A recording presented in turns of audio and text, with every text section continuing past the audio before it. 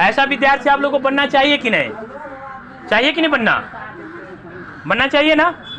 तो इससे क्या होगा, किसको फायदा होगा? सबको फायदा होगा, लेकिन आपको ज्यादा होगा। आपको क्या होगा? ज्यादा होगा। हमको जो हुआ सो हुआ, लेकिन आपको ज्यादा होगा, क्योंकि आगे आपकी भविष्य है। ये लड़के लोग चला गया है, तो थोड़ा एक कहानी मैं आपको छोटा मोटा बोल देता हूं। एक कहानी जीवन की हर पथ में काम आने वाली कहानी। अगर इस कहानी को आप लोग समझ लिए तो समझ लिए, आप लोग समझ लीजिएगा। द्रोणाचार्य का नाम सुने होंगे, महागुरु थे, समझिए कि नहीं।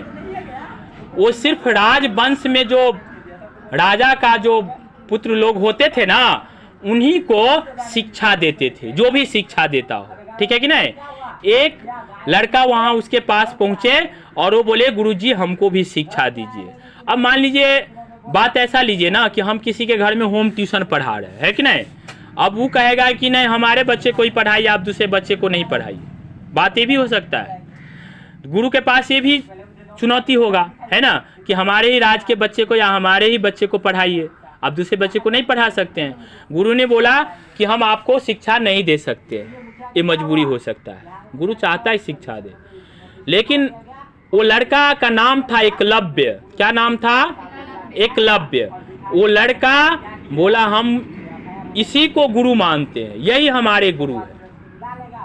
और उनकी नींद आ रही है, खड़े हो जाइए। नींद आ रही, खड़े हो जाइए, स्वाभाविक है नींद आना। खड़े होइए, सुनिएगा तो समझ लीजिएगा बात को। इसमें सुन रहा है, बड़ी गौर से सुन रहा है, क्योंकि देखने कोई इसमें हल्ला गुल्ला नहीं कर रहा है। तो इतनी बढ़िया बात आपको मैं समझा रहा हूं, इसको समझ लीजिएगा। एकलव्य बोले कि हमारा गुरु यही होंगे, द्रोणाचार्य ही हमारे गुरु होंगे। और उन्होंने उन्हीं को गुरु मान करके, लक्ष्य कर करके और धनुष बाण विद्या सीखने लगा। ऐसा धनुष बाण चलाना सीखा ना कि एक कुत्ते उसको डिस्टर्ब कर रहा था।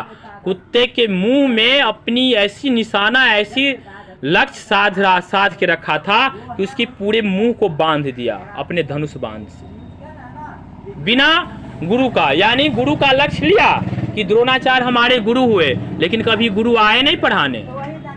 वही कुत्ता जब भाग रहा था, बाण लगा हुआ था, तो गुरु देखे और उनके शिष्य लोग देखा ना, बोला अरे बहुत गजब बात है, ऐसे कैसे हो सकता है, ऐसे कैसे हो सकता है। आज तक ये विद्या तो हमें भी नहीं आती है कि कुत्ता को एक मुंह बांध दे बांध से, धनुष से।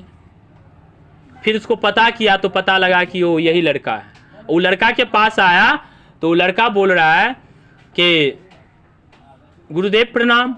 बोला, हम आपका कैसे गुरु बन गए? तो आप ही हमारे गुरु है। वो कैसे हो गए? जब हम आपके पास गए थे सर शिक्षा लेने, coming, all of you coming, सब कमिंग है, इसमें आने के लिए कोई कुछ कहने की जरूरत नहीं।